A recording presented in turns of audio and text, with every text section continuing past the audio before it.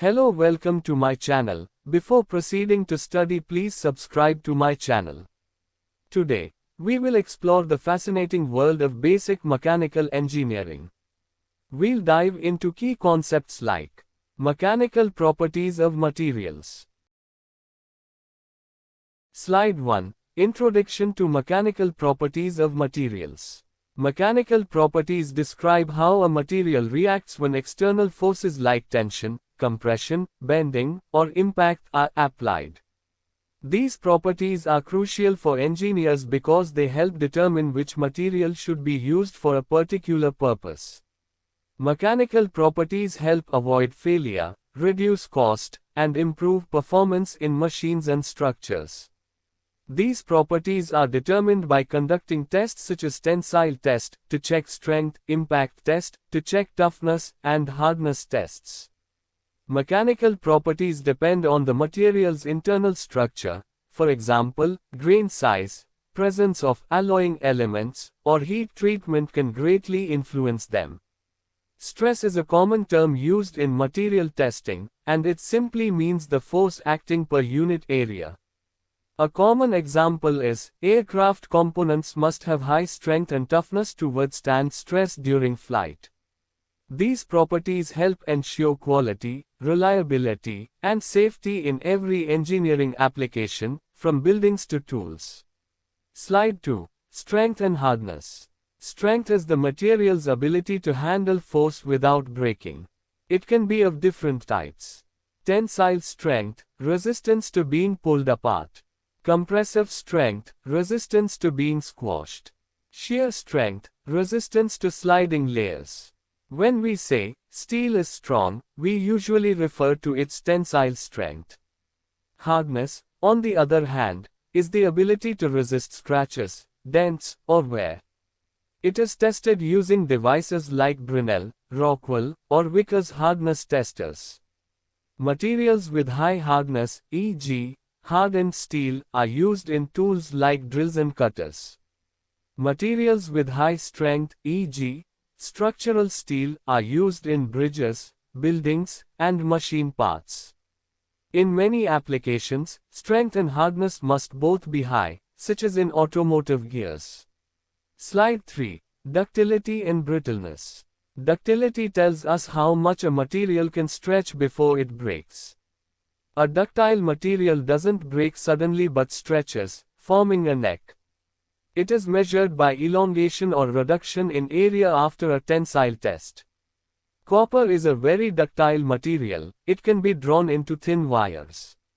In contrast, brittleness is when a material breaks suddenly without stretching.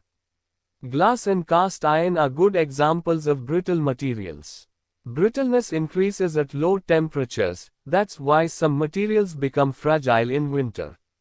Ductile materials are important in structures that experience dynamic loads, like bridges or cranes.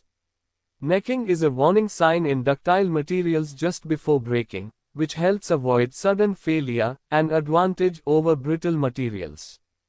Slide 4. Toughness and malleability. Toughness combines strength and ductility. It means the material can absorb energy and resist sudden shocks without breaking. We test toughness using Charpy or Izod impact tests, where a swinging pendulum breaks a notched sample.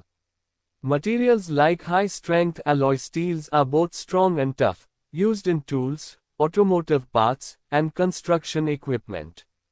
Malleability is similar to ductility but refers to deformation under compression instead of tension.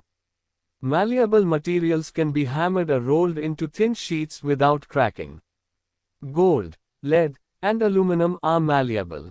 Malleability is essential in sheet metal industries and manufacturing of pipes or kitchen utensils. Remember, tough materials handle shock loads. Malleable materials handle forming loads like rolling or pressing. Slide 5. Elasticity and plasticity. Elasticity is the ability of a material to return to its original shape after removing the applied force.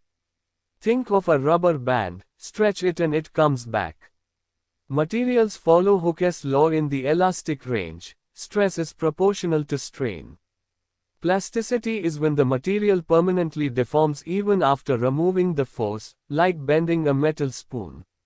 The elastic limit is the point beyond which plastic deformation begins. Elastic materials like springs and shock absorbers are essential in mechanical systems. Plastic materials are useful in forming operations like bending, forging, or extruding.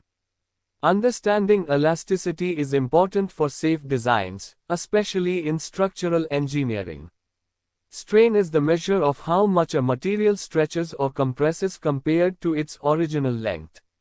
Slide 6. Comparison, Key Mechanical Properties. Let's now understand the key mechanical properties using this comparison table. Here is a one-liner description for each property listed in slide 6. 1. Strength, ability of a material to resist breaking under load. 2. Hardness, resistance of a material to surface wear or indentation. 3. Ductility, ability to be stretched into a wire without breaking. 4. Brittleness, tendency to break suddenly without much deformation. 5. Toughness, ability to absorb energy and resist fracture under impact. 6. Malleability, ability to be hammered or rolled into thin sheets. 7. Elasticity, ability to return to original shape after removal of force. 8. Plasticity, ability to undergo permanent deformation without breaking. This table helps visualize how different properties serve different functions in engineering. For example, if a material must resist impact, go for toughness. If it must be pressed into sheets, go for malleability.